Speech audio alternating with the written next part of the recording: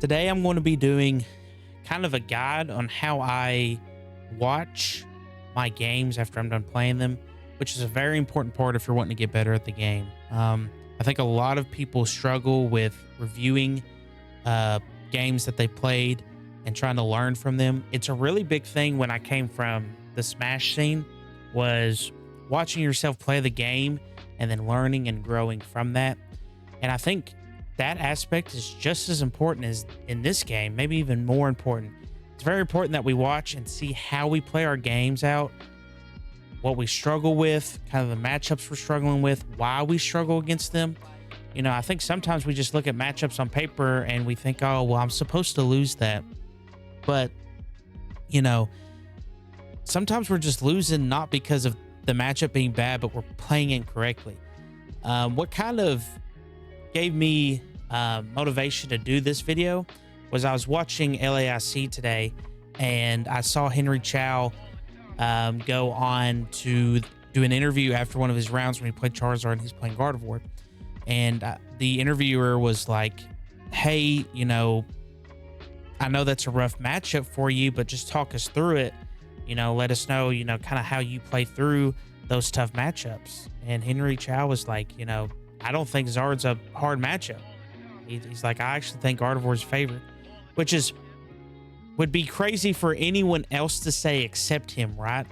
But when we have a high caliber player say something like that, it really makes you think about the game and like really try to understand truly why you're losing your games, or, you know, why you're winning your games. And so today I'm going to be going over 3 or 4 games that I played recently on stream and kind of just go over my thought process while I was playing them. So I'm going to be stopping and pausing and kind of going over what my mindset was.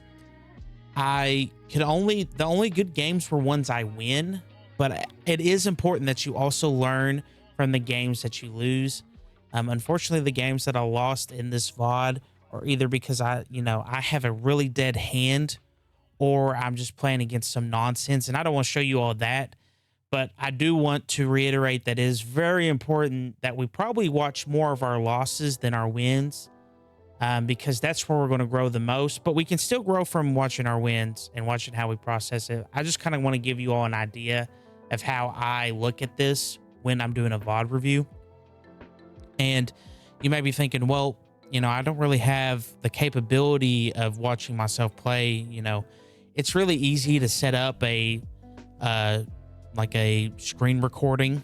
Anytime you're on live, it's really easy to record your matches on your phone. If you're in like your locals, you know, usually people don't mind if you record while you're playing. So there's a lot of avenues to take. It's just about making that effort. And if you do make that effort, I promise there is a whole lot to get out of this. So we're going to go ahead and start with doing the VOD review. Again, I'm just going to go over kind of what my thought process is. I have it on a higher speed so we can kind of go through the game, you know, quickly. Of course, where we are playing Dragapult, we do want to go second. So that is what I'm looking at. So as you see, when I'm looking at this hand, what I'm noticing is, you know, I have a very good hand. I have a lot of options with setting up Dreepies, multiple Dreepies. I have a Duskull, Jamming Tower. I have Iono or Dawn, depending on what I need to do. The Ursaluna is just kind of whatever card. You're going to have those in every hand. But at this point, I'm feeling really good about my chances. And it's important that we kind of think of our plays while we have a hand like this, because we have a lot to do in this hand, right? But it's also important that we don't get too comfortable with what we're looking at, because things can change from now to the next turn. We could be playing against something that, you know, this hand just doesn't do a lot with. Thankfully, Dragapult has, you know, a lot of consistency with it. So these hands that we see here are just very nice to see for us. And we see that we see a Duskull. So at this point, we're thinking, you know, maybe it's a mirror match, and it ends up being the new low punny. So we're going to watch him set up his board, and we notice he set up a lot of Duskull. So he does the run Aaron, puts his enriching energy on the Baneri, does an Ultra Ball play. So he is, you know, getting a lot of cards out of his deck into his hand. But one thing we do notice here is he discards two supporters here, a Hilda and a Lilies, which is pretty big, and then he gets a Dusclops. So when we notice that our opponent only has set up one attacker, because if we know the Lopunny deck, right? This is why matchup knowledge and knowing how decks function in the meta is very important, because we can look right here and see that he has 3 Duskulls set up. And a lot of times what they're trying to do is they're just trying to like wombo combo you and hope you don't have a lot on your board. This is just an unsafe way to play. He's going to have 5 cards in his hand, and one of them is an Ultra Ball that he's added for the Dusclops because he's wanting to do it as soon as possible. So right now we know that as of right now, he doesn't have a way to get to the Mega Lopunny. And also, he just got rid of Hilda, which is a very important card in this deck. You play 3 to 4 of it because it allows you to get your energy. And then, you know, your evolution Pokemon, which is very big in this deck, and a Lilies. So we can infer that he probably has a Lilies or a Research or an Iono in his hand that he's expecting to be able to use. So when we notice that, now Iono just got a whole lot better, because now this Dusclops is going to be on the bottom of his deck. That hurts his chances of seeing the Dusclops. And now we know that he's going to be 3 supporters down because 2 are in the bin and 1's going to be at the bottom. So when we notice this, you know, well, you know, you may think, well, you're going to use Iono anyways. A lot of times people just use the Iono because they're getting to see more cards, but you really need to pay attention to what your opponent's doing. I've won a lot of games just not Ionoing my opponent and letting my board build itself up because I have a good board already, and my opponent's just drawing and passing.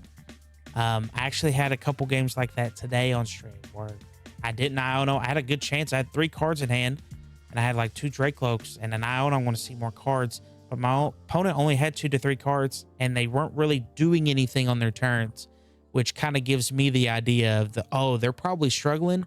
Let me not get them out of this hand. Let them sit on it.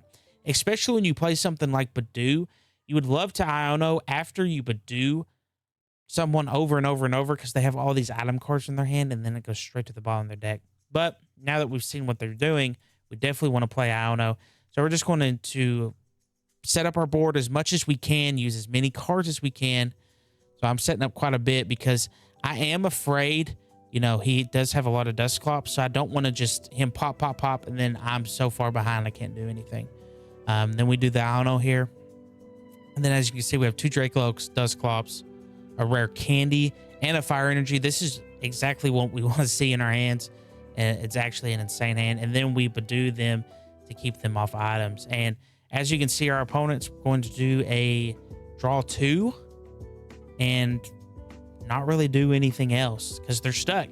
They, you know, have these 2 supporters in the bin. They probably didn't see it as supporter, or at least a supporter that was good in the moment that they could use here. They run Aaron hoping to draw 2. They got 9 cards. None of them are doing anything for them.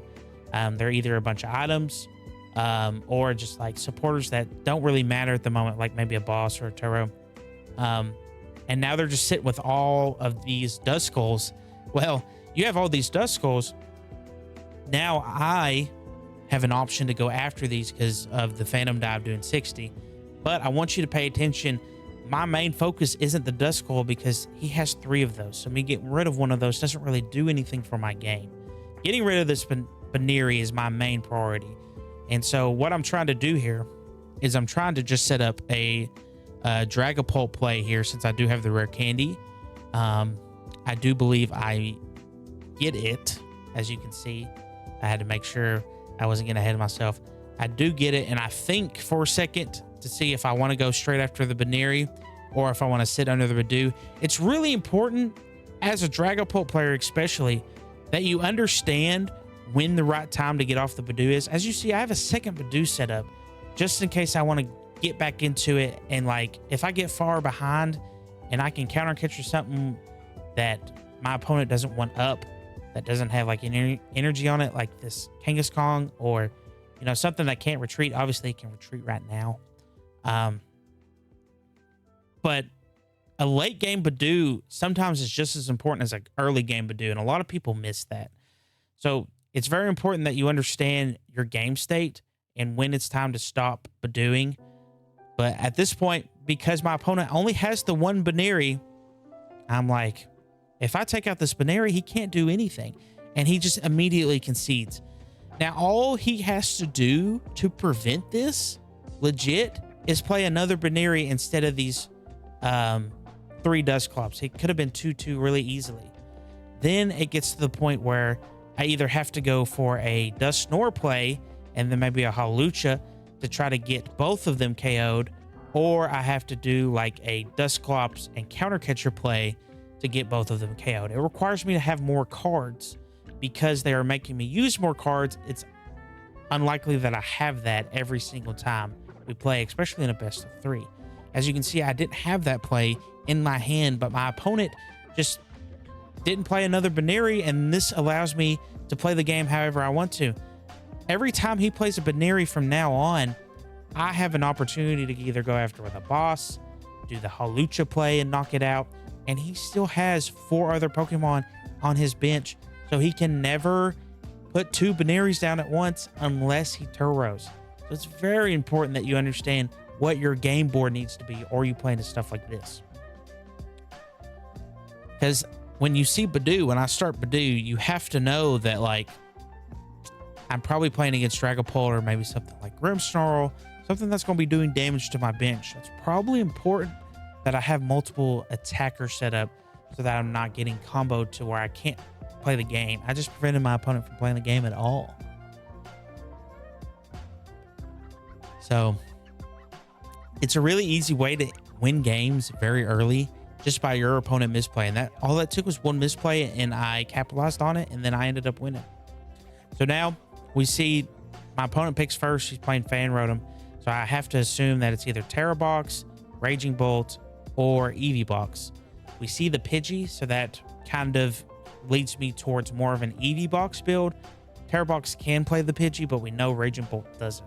So now at this point, I'm thinking about my plays. I have the 2 Jamming Tower in hand. I have a boss, Dracloak. I do have Buddy Buddy, thankfully, or my hand would be pretty terrible. But as of right now, I don't really have a way to get to disrupt his hand. So he's going to be able to do the knockdown play because we know he does already have the Terra. So now I'm in this point where, okay, I'm going to have to set something up to keep the pace in my favor. So this is where we have to, unfortunately, play something like Latios because I don't have any energy. I don't have any draw, but I have to get this item lock set up so I'm not getting pushed into the dirt. And that's what I go for here. I even get up the boss because I know I'm going to be behind at this point. I know that my opponent is going to have to knock out the Badoo. And then I keep my 1 Jamming Tower. I ended up having to get rid of 1 because I needed the Dracloak and I needed the Countercatcher. But I didn't play my Jamming Tower down immediately because at this point I would just be wasting it because I know he's going to play an Area 0. I feel like sometimes we look at cards and they light up so they can be played. And we're just like, okay, I need to play this card because it's obviously lighting up. I need to play it now, get it out of my hand. But if I would have played this and he just immediately played Area 0 where I had to discard 1, I would have had no Stadium Bump for the rest of the game, which can be disastrous, especially if they set up a board like they want to. But we can see my opponent is going to set up the Noctowl. He's obviously taken quite a bit of time to think out his play, and he goes for a Hilda and a Cyrano because he's just going to go straight to that Flareon and set up the next Eevee with the Burning Charge attack. Now, where I do have the Latios, I can set up another Badoo attack if I need to, and with my board state, I'm probably thinking it's going to be a big possibility that I do that. I end up getting the other Dracloak and then drawing more cards just to see what I get. I unfortunately get wrong pieces of the Dust Line, and then from here I go ahead and use my Hilda just so I'm using a supporter and being efficient every turn because I'm wanting to use a different supporter next turn. And I know he's not going to Iono me with his hand. So next turn, I can just play energy, play the Dragapult, and go on about my day. But I also played the Jamming Tower here because he's used the one knockdown, and I only saw him add one knockdown. Now, I know it's probably a pretty good chance that he gets to it because I didn't get to the Badoo like I wanted to. Obviously, you want a Jamming Tower, Badoo hit the knockdown so that they can't get out with the air balloon. They have to get out with an energy, which requires them to either have Crispin or straight attach. There's 4 energy on this Flareon, so I know he's missing quite a bit of energy because he did not put any of his energy on this Eevee, which I think he was...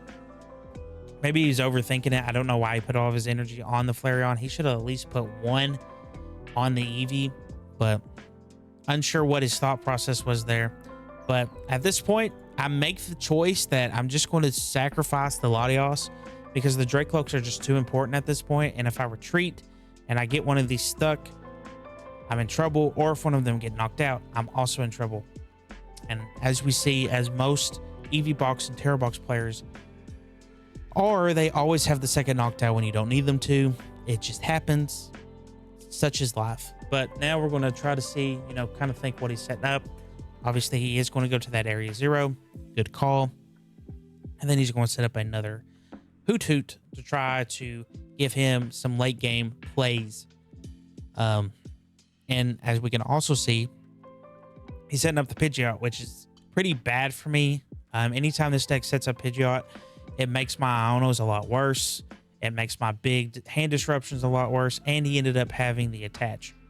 So, not great.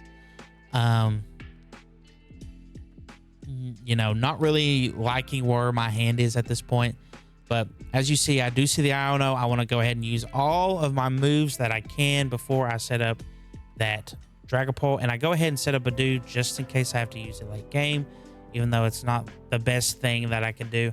And I do get the Hawlucha to make sure that he does not get another Noctowl set up. And as you can see here, it's a late Duskull. And you may be thinking, well, my opponent's already at 3 prizes. How good can a late Duskull be? Where I already have all these little Pokemon on my bench. If he knocks out the Dragapult, I just automatically lose at any time to a boss. So I'm not really worried about playing all these others because I'm already played into that. Maybe I should have held on to the Badoo. But what I'm also thinking is I don't want him to set up an Eevee late game that I can't attack and not at least give myself a chance. If he goes after the Duskull, that's fine because it's kind of hard for him to knock out a Dragapult.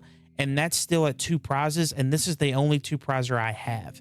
So I know I'm comfortable with sitting with these on the bench. And I'm just going to do, you know, everything I can to get something going here. I go ahead and add the Iono for next turn. Just in case he does decide to knock something out and the Lilies just isn't as good. And I also get a rare candy, which would be nice if I could find the Dusknoir. You know, another thing that's been playing into my hand here. But we'll see what he does. Obviously, he has the Pidgeot. So if he would have had that Hoot Hoot set up, he could have definitely played into probably knocking out this Dragapult. Well, at least if he had set up another Eevee. I don't know why he didn't set up another Eevee. And he goes ahead and does a Fez, trying to draw more cards because I am at a point where I am going to have to knock stuff out. But what I am trying to do is I'm trying to counter catcher something and then put 60 here is my game plan. Unfortunately, where I've already used the Hawlucha, I can't do that with the Fez. And then as you see here, he bosses and then goes after the Duskull like we mentioned earlier because he knows that if he sets up another attacker, he cannot afford for me to do a Duskull play. But now I'm at the point where he has to deal with this Dragapult. 320 HP. There's not a lot of stuff in the Eevee box that can handle it besides maybe if they play like Gravity Mountain and things like that. And I do know that he does have the Pidgeot. So at this point, I have to make the call of I'm going to Iono and make his hand as small as possible. And I'm going to try to take his attackers out. Now where he has Fez and Pidgeot, you know, unfortunately, that doesn't look that great for me. I am going to try to pressure him again with the Duskull, and then try to set up a draw just in case he wants to do a late game Iono, or if I need to Iono again. And then at this point, I go here and I go ahead and counter catcher the Fez. Now, you may be thinking, why would you do that when you could potentially knock out the Eevee and the Flareon at the same turn? So what I'm under the assumption, because of the board state, I'm looking at the energy. This is a grass energy on this Eevee, which means he probably plays Leafeon, Flareon, and probably that's it. He probably doesn't play the Sylveon. I'm not seeing the Psychic Energy, which is crazy. But he probably does play the Psychic Energy, right? Because he plays the Clefairy. But I know if he does get a Sylveon out, it's not the end of the world. Whereas if he gets Clefairy Sylveon out, it is the end of the world. So I have to play into a point where I put a bunch of damage on this Fez, and then he also has to find a way to retreat it. If he wants to use his supporter, like a Turo, to pick it up, I'm fine with that, because that gives me another turn that either he's not bossing something, or he's not doing just a play to end the game with like a Crispin onto a Lily's Clefairy, right? Because he has to have an attachment here, or he has to have the air balloon. You know, unfortunately, they do have multiple options, but I've limited them to where you have to have two of the options, and you only have one direct connection to that with Pidgeot. So what I decided to do here, and you can see I'm thinking before I do all my damage, what I probably should have done, honestly, I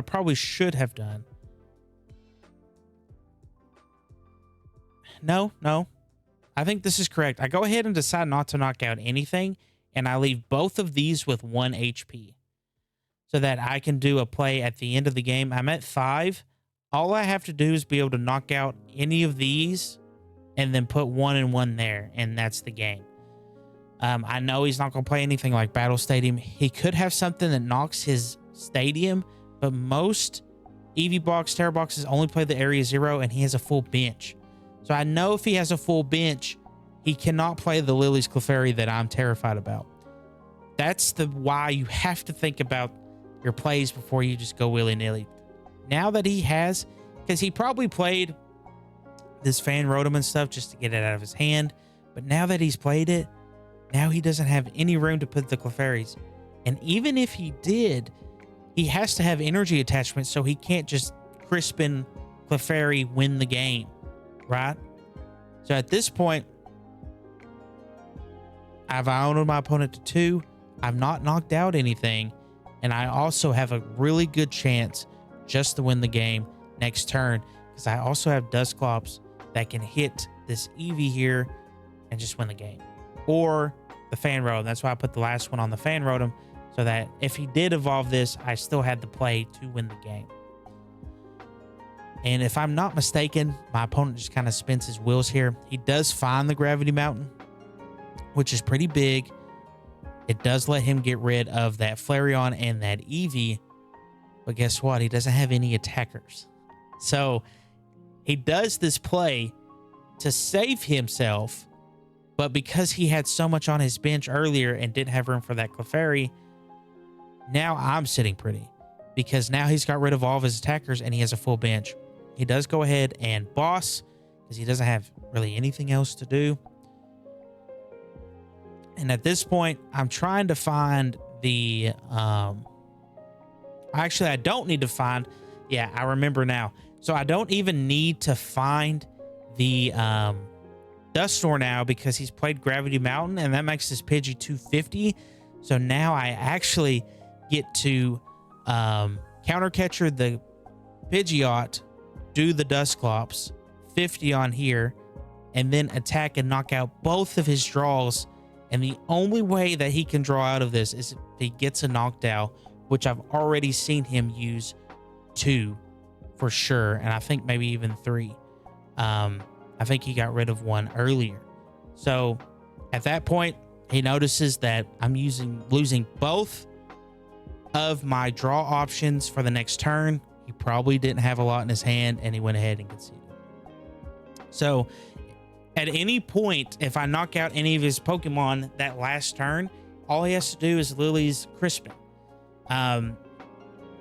which makes me lose the game. So you have to think about stuff like that when you're playing, especially behind.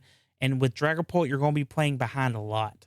So again, it's very important that we understand what we're playing against and what their options are for beating our board. If we know that the person's playing Lily's Clefairy, we either need to make sure our board is small so they can't get it set up. But if you're playing against an Area 0 type deck, where that doesn't matter, we need to make sure that if they fill up their bench, like my opponent did, which was a mistake, we use that to our advantage. And I'll skip ahead a little bit in this one. This ended up being a mirror match. And this is a matchup that I've been needing to work on quite a bit. I've definitely struggled in the past with the mirror match. I think on a regional level, I'm actually 1-3 in the mirror match, which is not great. Thankfully, I don't play against it a lot. In my 2 regionals, and one of them where I day 2'd, I played it 4 times. Played it twice at each regional. I went 0-2 against it in Las Vegas and went 1-1 against it in Pittsburgh. And I ended up playing both in day 2. So I got quite lucky. But as we see here, our opponent, where they went first, they're getting to set up their evolution Pokemon right off the bat. And we notice here that we have a fire energy on this Dreepy, but we have our Neo Upper early on the Drakeloak. So now this makes me really want to go after this Drakeloak if I can. I have double ghosts. I'm playing them early so I can go ahead and involve them early so that late in the game I'm not getting Dragapult comboed into it. And I think I actually still end up leaving one up, but he does end up Badooing me, setting up that Badoo, and now, it's going to be a little Badoo war for a second. I'm thinking about what I want to do, what energy I want to play, because right now I don't have any evolves. I do not want to use my Neo Upper. I don't think it's correct at this moment to do that. And I actually don't get anything in my hand. I don't get any Drakelokes, which was very sad. So I'm just, at this point, I'm just hoping he doesn't get anything. He has 10 cards in his hand. So I'm not that convinced that he won't get anything, but sometimes, we do get a little lucky. And I do think he struggles to get anything going here. He does get his Dusclops and then sets up another Duskull. We have very similar hands right now. And then he sets an energy on that Drakeloak and then just Itchy Pollens me again. I go ahead and Iono because my hand is just dead. And I do finally see a Dusknoir, Dusclops, and a Drakeloak, which was very big for me. Helps me in this matchup so much easier. And then from here, he messed up using this Neo Upper so early, because now I'm going to go after it, and he doesn't have any play right now to go after my Dreepies and Drakelokes unless he evolves. So now he has to have energy, Dragapult, and potentially a Dusknoir to do the play that I'm doing and also be under Itchy Pollen. So it's very hard for him to be able to do something like that under Itchy Pollen especially. So I realized that, and I understand that I'm just going to go Itchy Pollen again. And then, if I can set up an attack with this Dragapult next turn and do the Dusclops onto the other Drakeloak, then the game's pretty much over at this point, because he has no attackers. So it was important for me to set up the 3 here and set up an energy on each just in case he stops me. Now, unfortunately, where there is the Badoo, I don't get to rare candy. And as you see, my opponent ends up getting the Dust Snore, which does suck because, as you can probably tell, he's going to go for my Trade Cloak as well. So I think both of us know, kind of what our idea is playing against this deck, our decks. This is definitely not how I would play in the past, which is wrong because I think, most of these are just Badoo Wars. He ended up having Monkey and Energy too, which is just absolutely ridiculous. I cannot believe he got that. I was very aggravated when I saw that. You can't see my face because I'm covering in the vlog, but I was very aggravated. But he decided to not put the damage on the Badoo and just put it on the Streepy, which is fine, I guess. I don't know if that's the correct play or not, but I do end up getting the Dawn, so I go ahead and get Fez, Dracloak, and then what was the other thing? And then a Dragapult, which was a mistake. I should have grabbed Dragapult. But then I go ahead and look at my my Recon, and then I get the Neo Upper, which was nice. And I end up using Bite here to knock out the Badoo.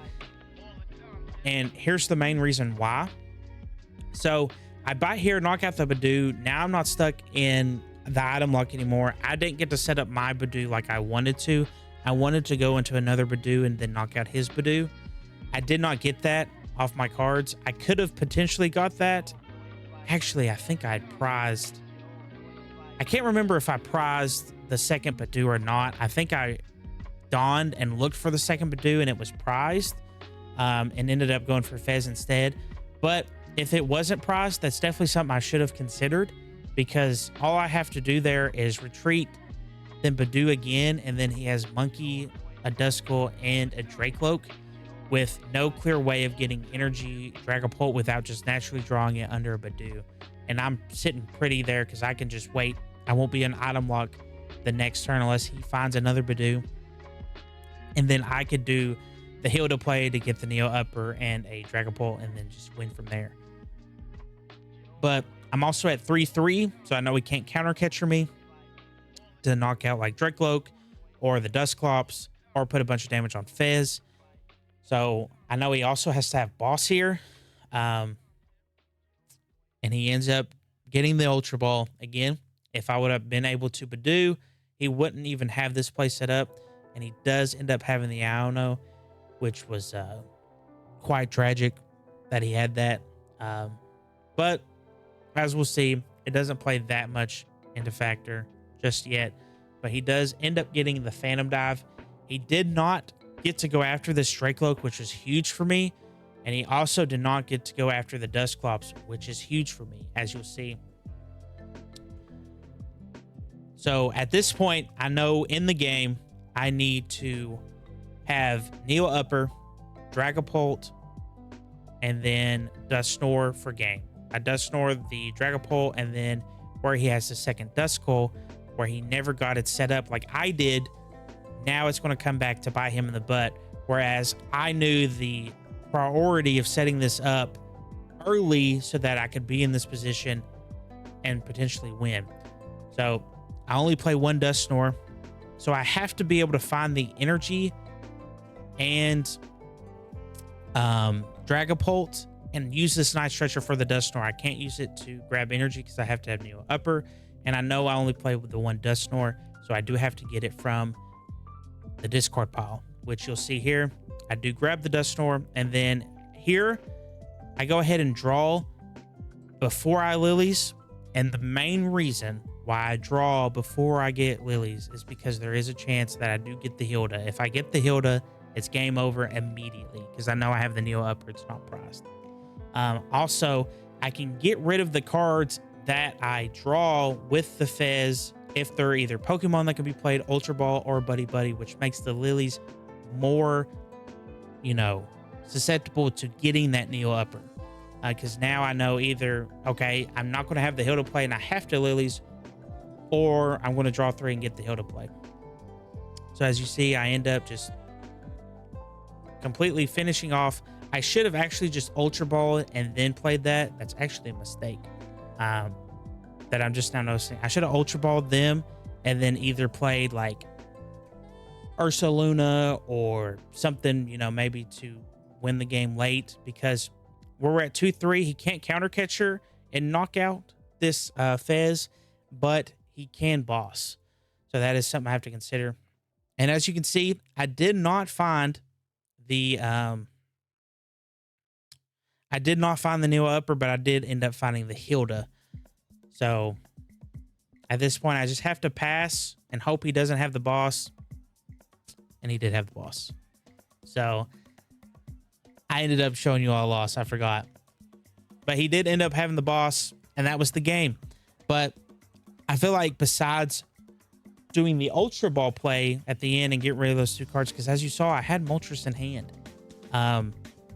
It would have been really nice to draw that Hilda off the Fez. It didn't happen, so now I know I have to play Lilies.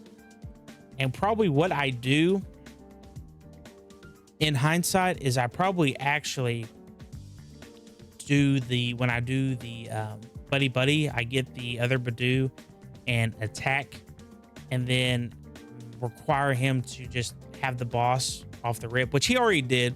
So, you know, hindsight's 2020.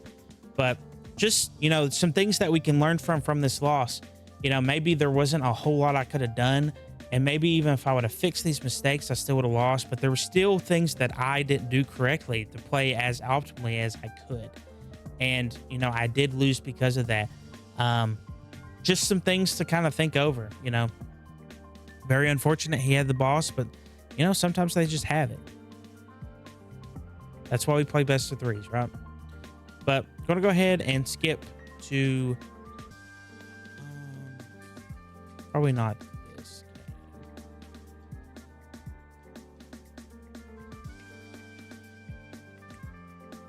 Yeah, we will skip to this Rhydon game. So I end up going first, so I know I'm playing against Joltic Box. And when you play against Joltic Box, you know they're going to hands you to death. So I have to make my board optimally small. And you may be thinking, why are you not playing a Duskull right off the bat? I kind of want to either bait him with a Duskull late and then make him chase that, and then try to set up as much draw as I can, because I need to have 2 Dragapults up ASAP, because I know he's going to try to take 4 prizes with hands, which I'm pretty sure he ends up doing. As we'll see, he does, you know, normal Joltic stuff. And, you know, Joltic Box, it did top 8 Las Vegas, and it's like a deck that you're definitely going to see at locals. So it may not be a deck that's high on a bunch of people's tier list, but it's still a deck you're going to see quite often. And people just love this deck. You know, it's pretty straightforward to pilot. I wouldn't necessarily say any deck's easy because of matchup knowledge, but as we see here, he doesn't set up the Pikachu, which means he either doesn't have like a good way of going into energy his next turn, so he's just setting up the hands. And as you see with my hand, I had one of the more busted options that you can get against the Joltic Box, which is Rare Candy, Attach Energy. Now I have just a straight up Dragapult to attack here. And I want to knock out this Joltic and then put damage on whatever he puts up. Now I get to knock it out. And then, of course, Lily's on top because I'm goated. And then I'm just kind of thinning my hand out, going into the Drakelokes. I have the Duskull now late that I can do for a Dusclops play if I need to. If, you know, for some reason he plays like Bravery Charm or anything.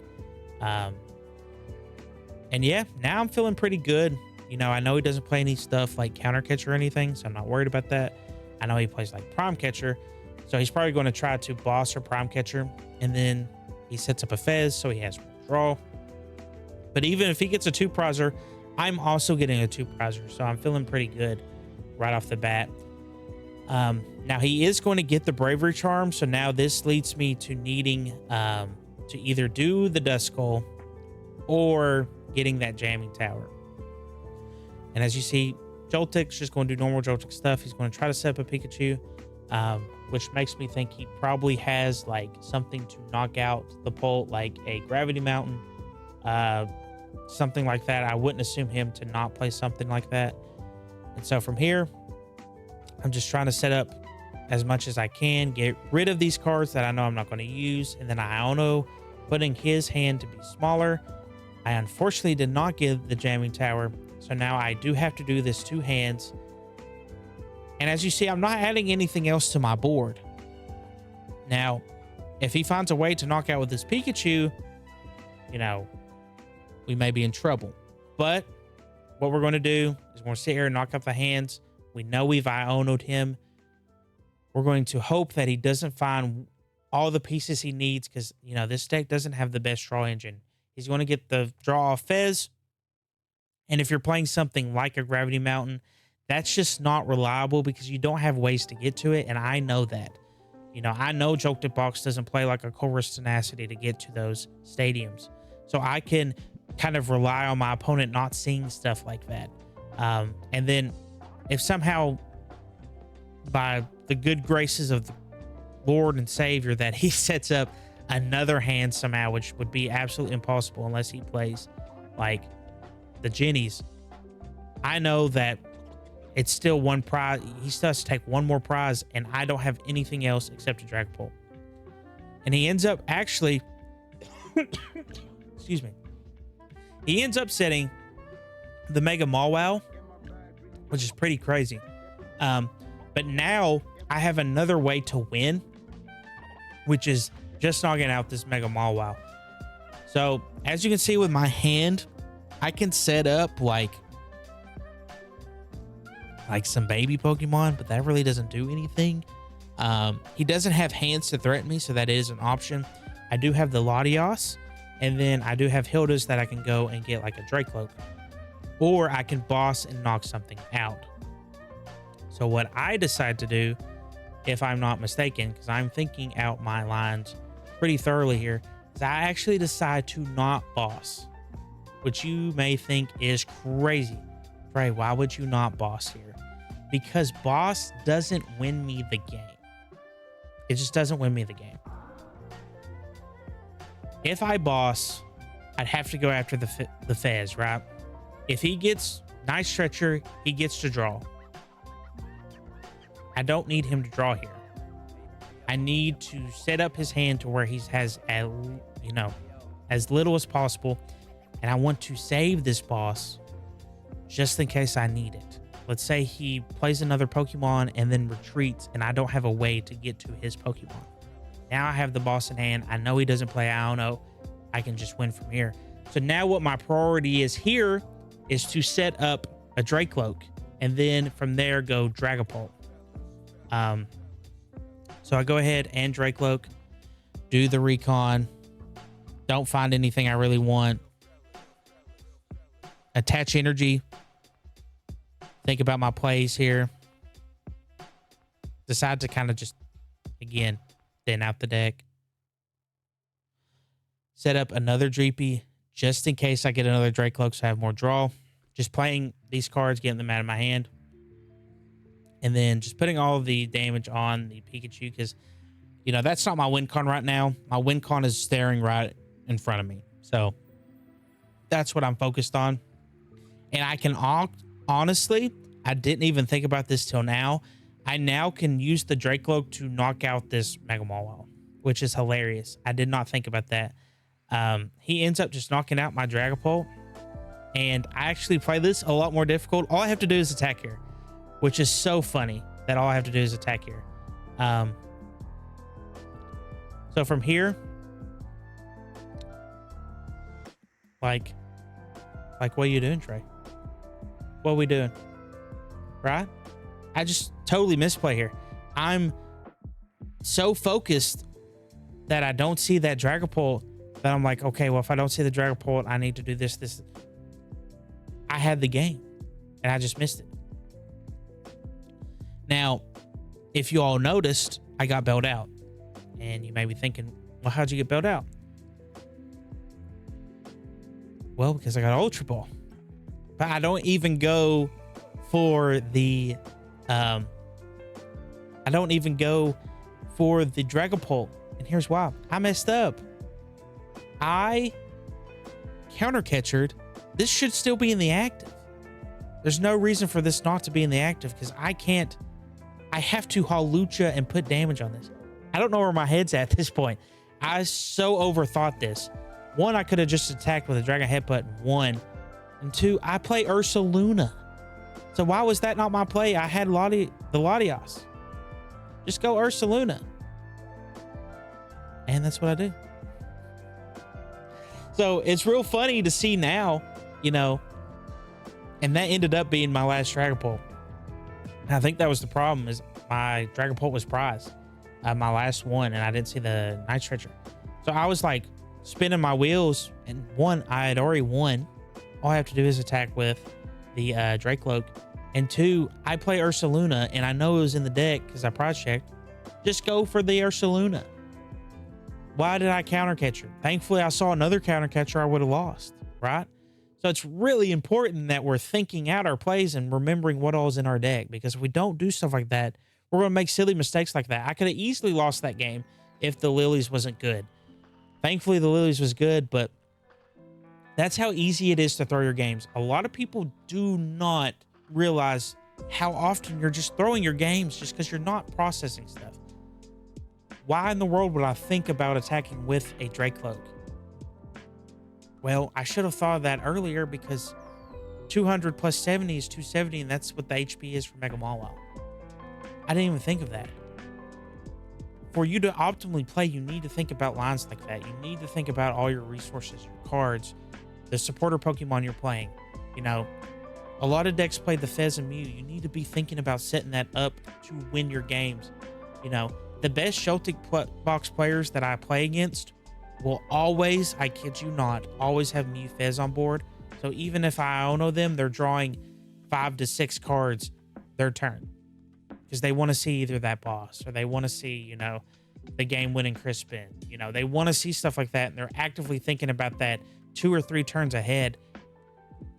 But this wasn't even 2 or 3 turns ahead. This turn was right in front of my face. I had to win, and I almost blew it. So that's why it's important to do VOD reviews, because you can see silly mistakes like that. Could have easily just won the game, not done any of those plays that I done, just by simply attacking with Dracloak, and that's the game. But that's the beauty of the game, right? That's why we think and play and grow as players. That's why we look at our VODs. That's why we practice often, so we can continue to grow as players. The pros didn't get to the spot where they got to by just blindly playing ladder all day. There has to be an analytical part into your game. If you're missing the analytical part in your game, you're going to come up short. If this was been at a regional and I Lilies and I didn't get what I needed, I would have lost. Just that simple, I would have lost. And it was all because I wasn't paying attention. And I'm sure if you go back and think about your games, there's probably quite a few of your games that you're doing the same thing. So that's why we do VOD reviews. That's why we pay attention and we look into our games to see where we're messing up and where we can improve. And that's the beauty of doing VOD reviews. But that's mostly what I wanted to cover today. Just kind of go over how I grow as a player, how I use my games to get better at the game, and how, you know, you can apply this to yourself as well. This is very easy to apply. You just have to be willing to do it. And just me sitting here and doing it, I'm noticing stuff I'm missing too. And I'm just, you know, pretty much talking to a camera right now, right? You can do the same thing at home. It doesn't require an audience. It doesn't require people around you to do it. It doesn't require a bunch of tech. You can just record with your phone. You can record with a screen recorder if you're playing live. There's so many options for you to use this VOD reviews. You just have to be willing to do it. And if you do it, I promise you, you'll become a better player. But that's it for today's video. I appreciate you all for tuning in. Again, make sure you all are tuning in to the channel for all the updates that we're doing. We do have the Christmas giveaways that we're doing. Please make sure to check on that video. You definitely don't want to miss on that. And then we'll also have a few big announcements coming at the beginning of next year that I'm very excited to share with you all. But for any of you all that are competing in your cups, locals, let me know how you're doing. You know, let me know if you're getting any better by watching any of the, you know, your VODs, my VODs, you know, whatever is helping you improve. And if you have any suggestions or anything that you'd like to improve on, let me know down in the comments. You know, I would love to help you all. I'm working on more how-to videos for some decks that are coming up in the meta that I think are going to be really good, that I think a lot of people could take locally to your cups, your challenges, even some of the regionals at the beginning of next year. that are going to perform very well. So be on the lookout for those. Very excited for what we have in store for the channel. I hope you all are too. But with that, we'll go ahead and come to a close. Peace.